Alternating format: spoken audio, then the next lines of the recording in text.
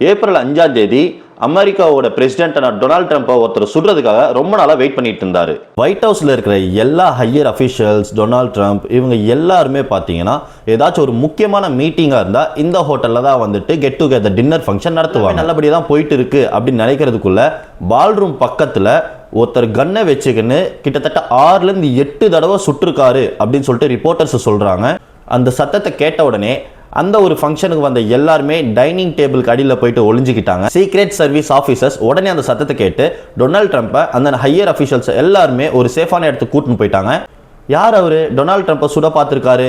31 வயசான கோல் Thomas Alan அப்படின்றவர் தான் இவரை சுட முயற்சி பண்ணியிருக்காரு. உடனே அங்கே இருக்கிற செக்யூரிட்டி கார்ட்ஸ் எல்லாம் அவரை பிடிச்சி அவர்கிட்ட இருக்கிற ஆயுதங்கள்லாம் எடுத்துட்டாங்க. லைக் ஷார்ட் கன், ஹேண்ட் கன், கத்தி போல எல்லாமே வச்சு இந்த துப்பாக்கி சூட்டில் யாருக்காச்சும் ஏதாச்சும் காயம் ஏற்பட்டிருக்குன்னா யாருக்குமே எதுவுமே ஆகலை, ஒரு செக்யூரிட்டி கார்டு தவிர்த்து.